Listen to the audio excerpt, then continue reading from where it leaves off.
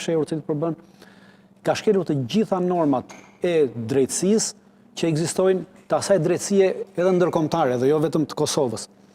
Dhe në rast se nuk do të kemi një protestë masive të përhershme, pra kemi një protestë ndaj padrejtësisë.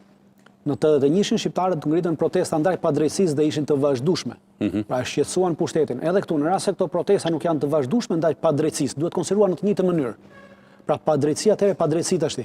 Dhe kjo padrejtësi do protesta të vazhdueshme që ti ta shqetësosh atë që posedon gjykatën, pra sepse gjykatën nuk e posedojnë shqiptarët, aktualisht e posedojnë ndërkombëtarët dhe po bëjnë si duan ata, dhe për të treguar atyre që çfarë do lloj veprimi që ata marrin. Pra duhet të kenë kujdes sepse nuk është kjo punë që hajde se unë po e marr të veprim nga që unë jetoj në Hag, ne jemi në Hag dhe neve nuk na prishet puna. Pra për këtë arsye unë e shoh protestën një copëz në këto oqeanin e madh të këtyre protestave të cilat duhen bërë në mënyrë të vazhdueshme dhe të pandalueshme. Dhe gjithashtu shoh edhe një problem të madh me protestën që në të treja protestat kryesisht në Prishtinë, në Shkup dhe në Tiranë, protestat pothuajse janë personalizuar. Pra kemi të njëjtët persona të cilët mbajnë pothuajse të njëjtat fjalime.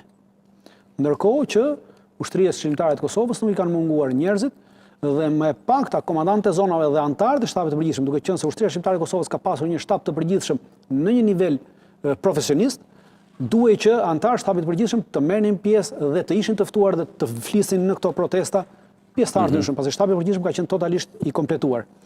Por dalja e individëve të veçantë në të treja këto protesta me fjalime të njëjta është një lloj personalizimi dhe një lloj shfrytëzimi i një vlere kombëtare, pra se duke parasysh që ushtria shqiptare e Kosovës është vlerë kombëtare. Absolutisht. Për ta mbyllur këtë temë, edhe një pyetje të fundit.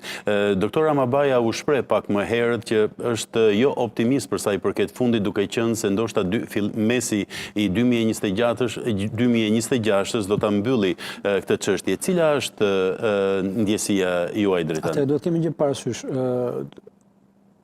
Kjo nuk mund të jemi optimist për një gjykatë e cila deri tash ka dhënë vendime të padrejta. Pra aktualisht ata të cilët janë dënuar në mënyrë të padrejtë, janë dënuar me dëshmitar të rrem, me dëshmi të rreme. Pra që këtu ka rënë çështja e optimizmit, pra nuk ka më optimizëm shtëpresësh. Në rast se do ta lidhim këtë gjykatë vetëm me 4 individ, pra siç po tentohet të bëhet, atëherë sërish këtu bëjmë një gabim të madh. Kjo gjykatë po cënon ushtrinë shqiptare të Kosovës, po cënon vlerat e ushtrisë shqiptare të Kosovës. Dhe në rast se edhe këta persona dënojnë, qoftë edhe njëri prej tyre dënohet, duhet kemi që parasysh që këta persona, 4 për cilët bëhet llaf, cilët i shohim edhe tashmë në fotografi, janë firmëtar të Rambujes. Dhe gjithë qëllimi i kësaj gjykate anti-shqiptare, anti-kombëtare, ka të bëjë me në momentin që qoftë edhe njëri prej tyre personave dënohet, atëherë jep dorë të lirë dhe gojë Serbisë që Serbia të thotë që neve nuk e firmosëm marrëveshjen Rambujes sepse këta zotërisë ishin kriminalë dhe ne dinim që ishin kriminalë. Pra ky është problemi dhe kjo po cënon totalisht historinë e kombit shqiptar. Prandaj nuk duhet bërë vetëm tek 4 individ. Dhe nuk ka çështje optimizmi. Unë mendoj që jam i mendime me zotin Ramabaja që nuk ka optimizëm në këtë pjesë. Mendoj që nuk do të lëshojnë të gjithë, pra të 4 nuk do të lëshojnë pa i dënuar, pra do lëshojnë tek tuk në njërin prej tyre do ta dënojnë, 2 mund i dënojnë, 2 mund i lirojnë, por nuk mbaron në qershor kjo, edhe pse në qershor mbaron faza e parë, pra mbaron në nivelin e parë, shkalla e parë. Pra procesi do të vazhdojë në shkallë të dytë në kushtetuese, në gjykatë lartë, pra ky proces nuk mbaron këtu. Ashtu siç nuk kanë mbaruar edhe proceset e tjera. I vetmi proces që ka mbaruar është procesi ndaj Sali Mustafës. Po edhe ai është kthyer në një proces qesharak, tashmë është kthyer në një gjobvënie. Sakt. Pra kjo gjykatë është kthyer në një strukturë të organizuar kriminale e cila vë gjoba. Dhe në rast se nuk e paguan këtë gjobën, siç thonë ajo, të vë edhe afatin, të vë edhe kamatin për një gjobë të tillë, gjë që nuk ekziston asnjë vend në botës.